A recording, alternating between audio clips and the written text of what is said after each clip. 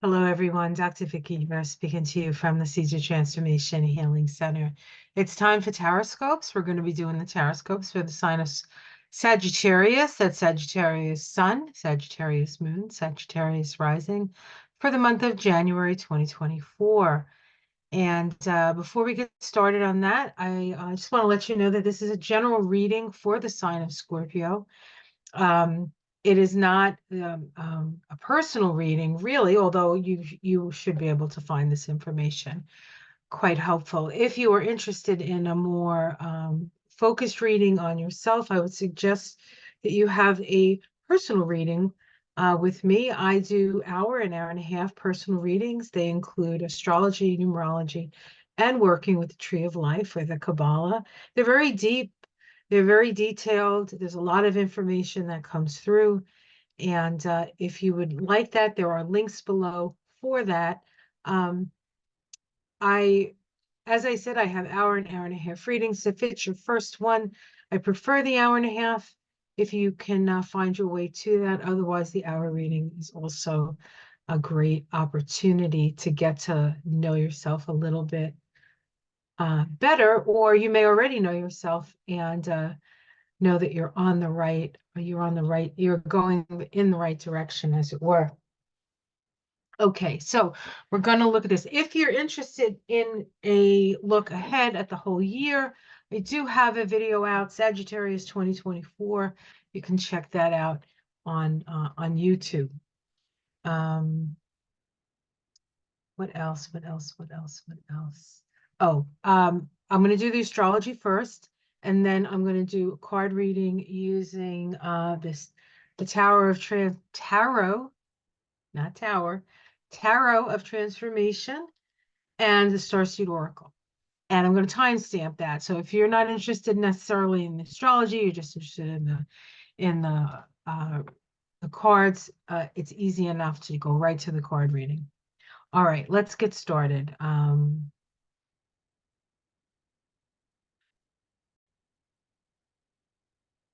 All right, so we're looking at Sagittarius 2024. For those of you who may not know, but you all will know, because I'll probably say it every month, Sagittarius is a mutable fire sign. Your mantra is I see, I see. And your ruling planet is Jupiter, Jupiter, the big guy, Jupiter. All right. So just in general, a couple of just comments about the year ahead. Now, your ruling planet Jupiter does change signs this year. It goes from Taurus, which it's been in since May of 2023, and on the 25th of May, it moves into Gemini, where it spends approximately a year in Gemini. So the energy of expansion, right, with Sagittarius has been in Taurus. Taurus deals with your practical concerns, money, resources, what's important to you, what's essential in your life. And then your ruling planet moves into your opposite sign of Gemini. So we can expect a lot of information, a lot of words coming through, and a lot of activity in your house of partnership this year. But as I said, if you want to know more about the year ahead, you can check out that video. It is a separate video. I also want to point out that 2024 is a new year vibration. We have a new personal year vibration, so to speak. And it's an 8. 8 is about as you sow, so shall you reap. 8 is a manifesting energy. It's also an energy that you have to manage and prioritize. So prioritization is going to be very important for you, Sag. And sometimes Sag isn't necessarily good with that because it's really about like the next thing. Like Sag tends to be very future oriented. It's like visions of the future kind of thing, and sometimes they forget to do the detail work at home or like where they're standing. So be aware that that's going to be something that you're going to have to attend to this year, Sagittarius. All right. So we start with Mercury, first day, turns direct in your sign at 23 degrees of Sagittarius. And so it's your first house. It's like who you are. So this is like, I'm declaring this is who I am, right? Um, and maybe, people won't misunderstand you because they've been misunderstanding you for a little while with Mercury retrograde in your sign, but this is a good start. This is a good start. Good start, good foot forward, right? Mercury starts to move forward. It is slow though. It's not out of its shadow till later. So you don't so don't just be okay with the fact that your mind is moving forward um after a period of time when all the answers came from within. Now we have an opportunity to take some of those questions that have been answered and apply it out into the wider world. We also have Venus make a square to Saturn. This can be challenging, but this particular square is about becoming an authority in your own life, which Sagittarius pretty much is anyway. So this is not necessarily that uncomfortable of an energy for you. You are questioning authority and what authority says is best for you when you really know what's best for yourself. Mars, the planet of action, moves out of your sign of Sagittarius, where it was all of December, and moves into Capricorn. So Mars is moving into your second house of resources. This is a really good energy for making money. And there's actually a lot of energy in that second house. Your second house is your house of values and your house of resources. So with all that energy in there, you're going to be focused quite a bit on your resources. Week 2, we have Mercury make a last quarter square to Neptune. This happens on the 8th. There can be some confusion with that. We do have to be aware. And on the 9th, things sort of clear up a bit as the sun illuminates where you need to change as it trines Uranus, and Mars is in a conversation with Saturn and the best way to move forward, especially in the direction of humanitarian endeavor and raising all boats. Very progressive.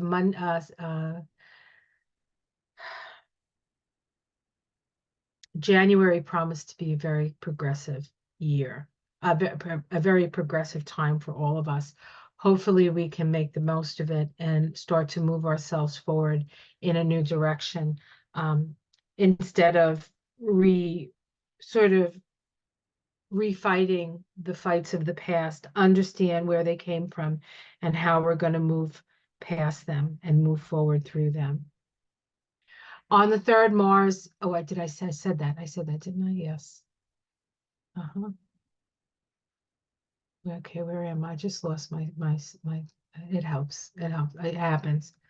Okay, I understand where I am now. On the 11th, we have a new moon in the sign of Capricorn. That's your second house. A good time to start a new project, maybe a new business if you're so inclined to be entrepreneurial. This would be a good time, second house. And Capricorn, of course, a very practical sign. And you have Mars there in Capricorn, so there's a lot of energy for new things manifesting. But it's just the beginning. It's just the beginning. Then we have on the 12th, we have Mars making a trine to Jupiter. This brings a lot of energy. Now, of course, Jupiter is your ruling planet, so this is a really energetic time. It's really nice that it comes after that new moon because you can really put your energy into new projects. On the 13th, Mercury moves into Capricorn, so it moves out of the first house into the second house. We see there's a lot of energy in the second house.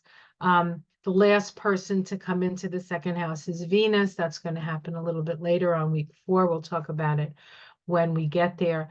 We do have the sun making a sextile to Neptune. This illuminates the areas where compassion needs to be brought forth.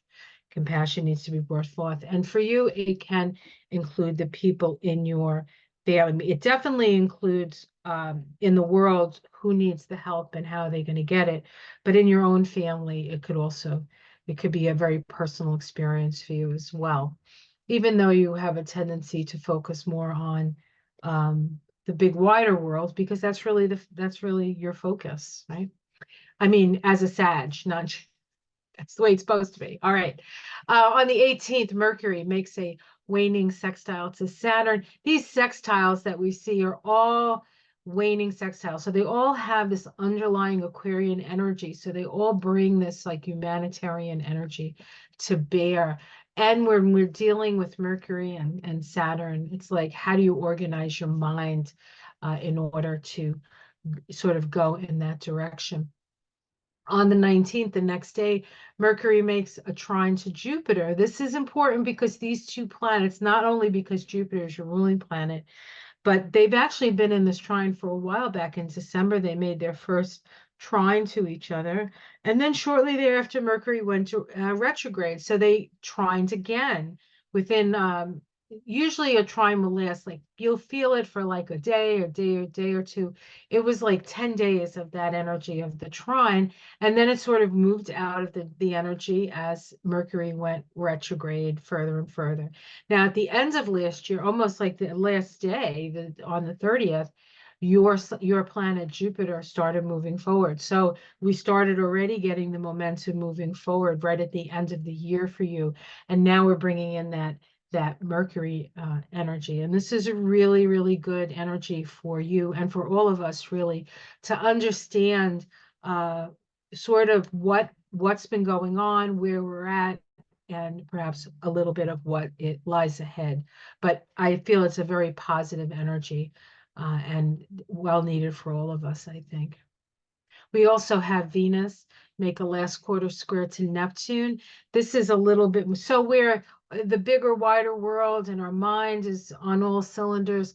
We're still having some issues with our relationships with Venus squaring Neptune. Now, Venus and Neptune are connected because Neptune is considered the higher octave of Venus. But when they get together, especially in these stressful aspects, sometimes it's hard to see the truth from the ideal.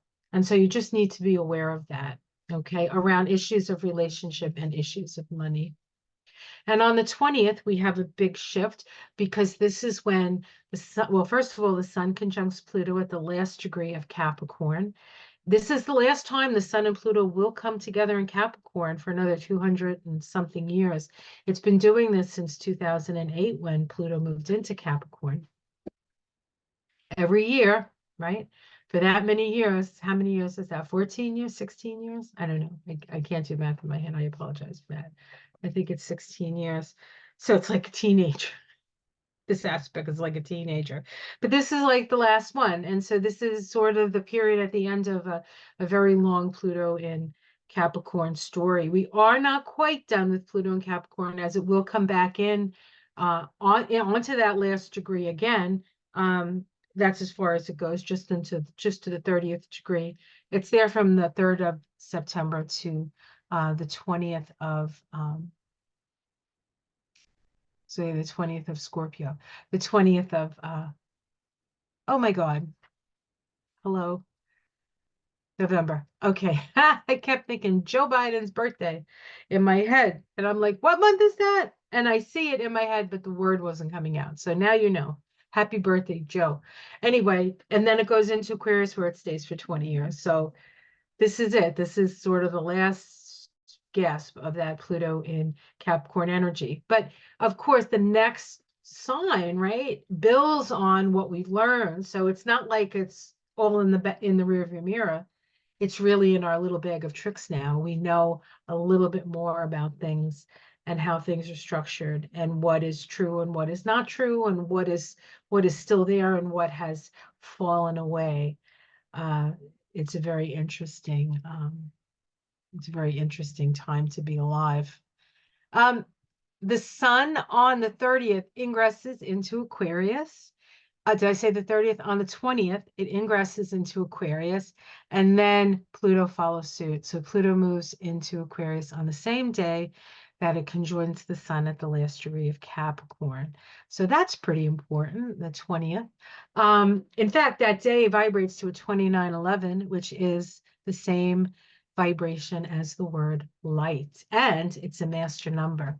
In the tarot, it's the 3 of Wands, waiting for our ships to come in. And there's a lot of that waiting for our ships to come in energy in 2024. If you have been applying yourself all of this time, the 2024 is a reaping. It's a time of reaping what has been sown. So that started back in 2017 when we were in a 10-1 vibration. Now we're in the 8 of that 10-1 of that 9-year cycle. And just as a reminder, that is when Donald Trump became president of the United States. So we will see some things come to their karmic resolution, and things will be manifested. And then we have the 9-year, the next year, which is about the lessons to be learned. What's the meaning of all of it? So that'll be an interesting year as well. But luckily, we won't have a presidential election here in the United States to have to deal with that at that time. On the 23rd, which is week 4, we have Venus ingress into Capricorn. She waited for Pluto to leave the room. She comes into Capricorn. Venus in Capricorn just sort of puts more energy into that second house of resources, resourcefulness, essential needs, money, resources, and your sense of self-worth and self-esteem, which may have taken well, I think everybody's self-esteem has um, taken a few hits over the years. So this is like a soothing balm to your sense of self. On the 25th, we have a full moon in the sign of Leo. That full moon is going to happen in your 9th house. Of course, your 9th house is the Sag house, really, right? And so something comes to illumination around what you believe, or a truth, or perhaps an opportunity. Or maybe if you are writing a book or have written a book, this is when the book comes out. This is when we have, because full moons are always a culmination of something, um, as it were. On the 27th, the sun will square Jupiter. Squares between the sun and Jupiter, probably the most difficult thing about that is that we can overestimate uh, either our abilities, our capacities, what we can do, what we can get done. Watch your back with that, please. We don't want to push yourself too hard with that energy. We also have Mercury make a conjunction to Mars on that day, which means that our mind and our actions are on the same page. And that's that second house. Again, we see a lot of energy with you really applying yourself to what's most important to you. Okay, second house. Week 5, pretty nice week. We have on the 28th, we have 3 really nice aspects. We have Venus making a sextile to Saturn. This is opportunistic. It opens the lines of communication. It helps us move in a more progressive direction. The month started with Venus square Saturn, which is challenging, but by the time the month ends, there's a sextile and we figured it out. We figured out what's important, what people are saying. Do we agree with them? If we don't agree with them, we move away from that sort of point of view, and we're moving in our own direction of how best to utilize our energy to improve everybody's life. Mercury trines Uranus. This is direct connection, higher mind to lower mind, right? And so this is time of psychic stuff coming in, downloads, more information, really, really nice energy. And Venus trining Jupiter is also lovely energy, very social, expansive. If you want to do some sort of like, you know, going out, meeting people, this is my book, this is my thing, this is what I do, or whatever, or just go out and have fun. I always, I'm always looking at it through the entrepreneurial lens because that's what I do, but it doesn't have to be that way. You could just go out and have fun and have nothing to do with what you do. Just go out and enjoy yourself. And then on the 29th, we do have Mars make a trine to Uranus, which is not necessarily a bad thing. It's just that there's easy flow to change, to do things that change. So if there's things that you've been sort of stuck on, decisions to be made, or just actions that you haven't taken, this is a great time for the flow of that action. Just understand that it's true for everybody. So if you're not well intended, this can also be a problem. I know that's not your issue, but if you're out and about, you just want to know that it could be somebody else's issue. So as always, you need to walk around with your eyes wide open, your heart open, your eyes open, your third eye open, and your instincts peaked, right? Knowing that you will be protected, and yet you still have to stay aware. We can't walk through life unconscious anymore. It's not a safe thing to do. I'm always struck by how many people walk around with earbuds in their ears. Now, I'm guilty of that as well. I walk around with earbuds in my ears. But whenever I'm out, even if I'm listening to something, I always keep one out because you have to know what's coming up behind you. It may be the fact that I was born and raised in Jersey City, New Jersey, that I'm like that, but I think it's probably smart, and especially if you're a woman, you really got to keep your ears open for things, let's just say. All right, on that note, I'm going to stop. All right, let's stop the share here. How do I do that? Oh my God, I suddenly forgot how to do that. All right, here we go. I remembered. Okay, so where is the deck? Oh, here we go. All right, so we're going to use the Tarot of Transformation.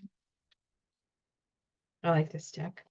It's one of my favorites. I've had it for years. I know I've told the story about this one. I found it on sale. I love a sale. And then it ended up being like one of my faves anyway. All right.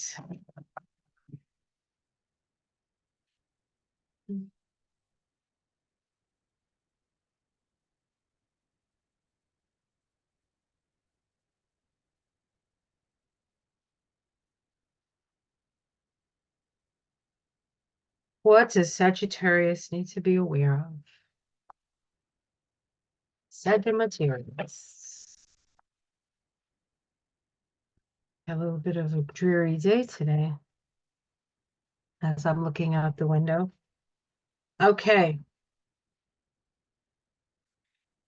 First card, death.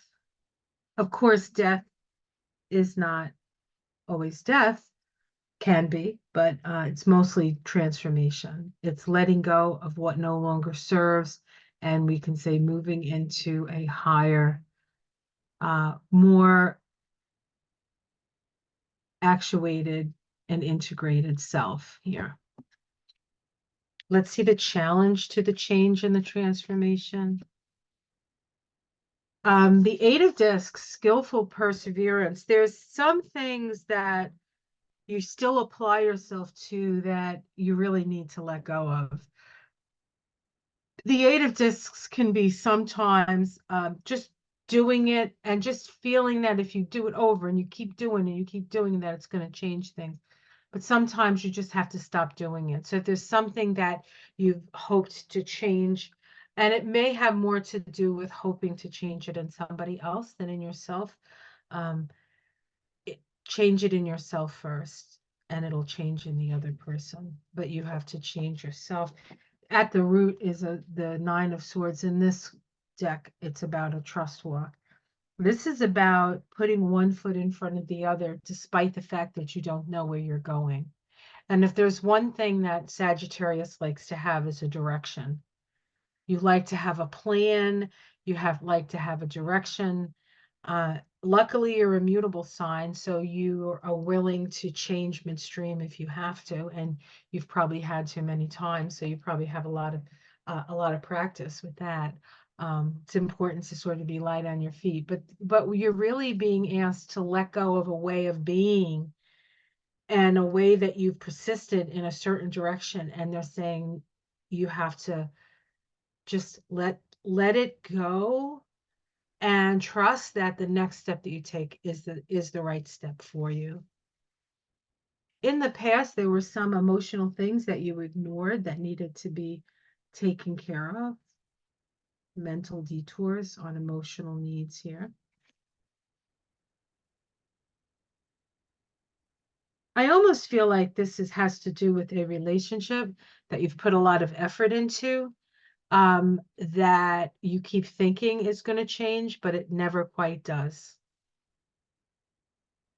We have the Eight of Cups in the sky. This card speaks of feeling like you're on this sort of what is that, like a you know, where they put the cars through and they build the cars piece by piece, like an assembly line. You've been on this assembly line, you've been doing the same thing over and over again.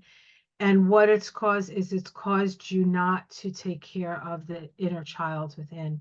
So Spirit is saying, make sure you take care of yourself. Now, you do have all that energy in the second house, which is really about what you love and what's important to you. And the Spirit is reminding you that sometimes you have to move your view away from the world, which is really where you're interested, and start, you know, working on some things within yourself to make yourself happy.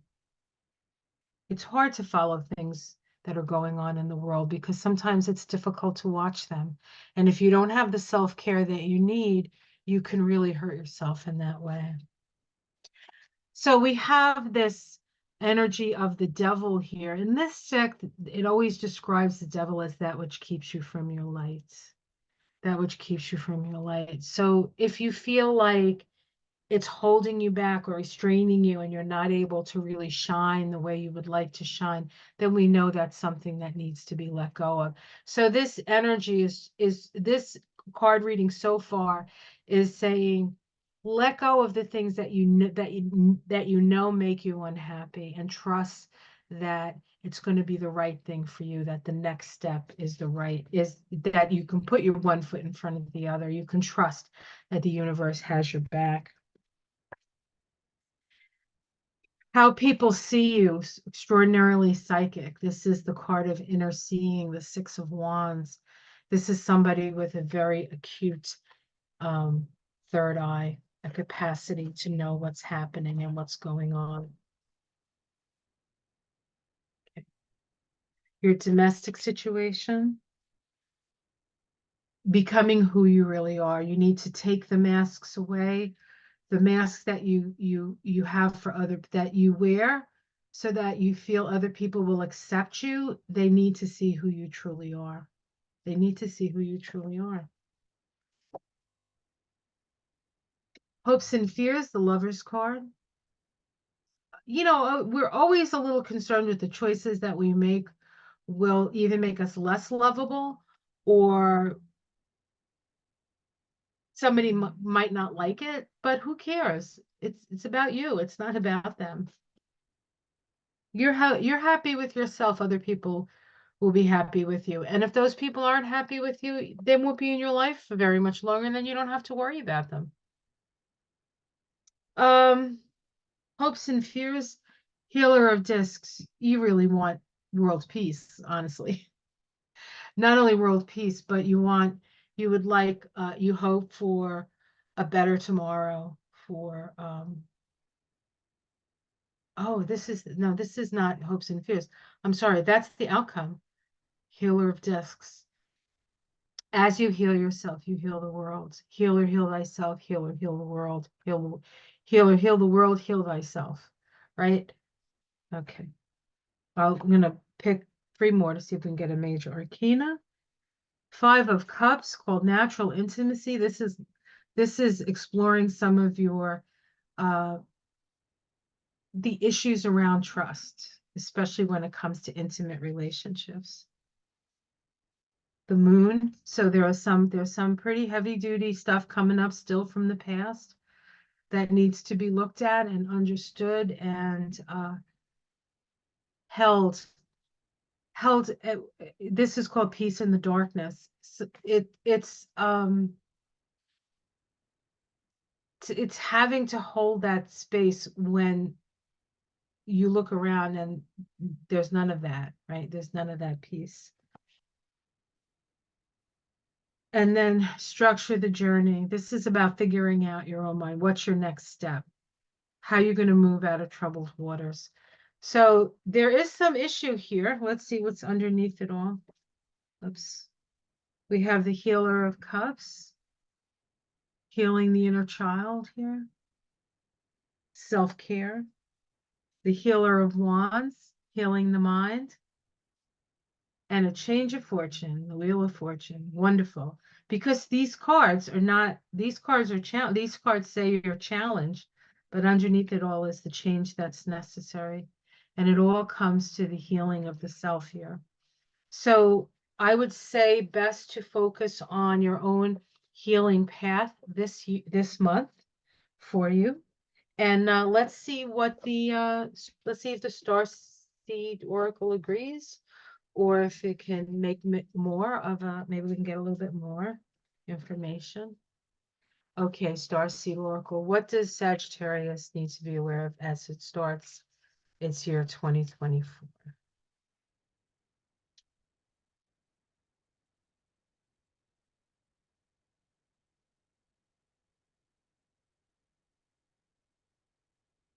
I think this is the card that keeps trying to jump out. The Golden Children, inner child, tenderness, innocence, and rare gifts. I think this is perfect card. So I will read it to you as soon as I find it in the book here.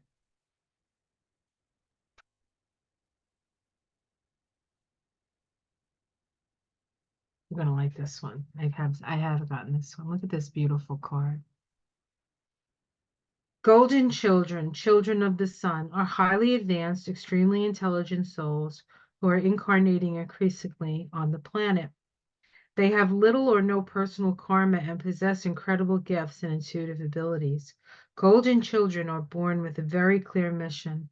Many remember it from a young age and begin answering and sharing it in early life. Due to their unique intelligence, they might find themselves easily bored at school. Most have never incarnated on Earth before, and if so, they're not supported in the right ways. They struggle with physical life here. They often are referred to as new humans. If you pull this card, it may be a sign that you're being called to mother, father, or nurture a child. You may be called to tend to your own inner child, a creative idea or project or a new beginning, to treat yourself or the new beginning with sweet, tender love, to nurture and nourish it, to give it every chance to grow and reach adulthood, to encourage it, to water it, to see the world through the innocence of a child, to see yourself and all others as innocent children, to remember that deep down everyone is trying their best, and if they're treated with a tender heart, they're not hardened as their journey through this great adventure called life.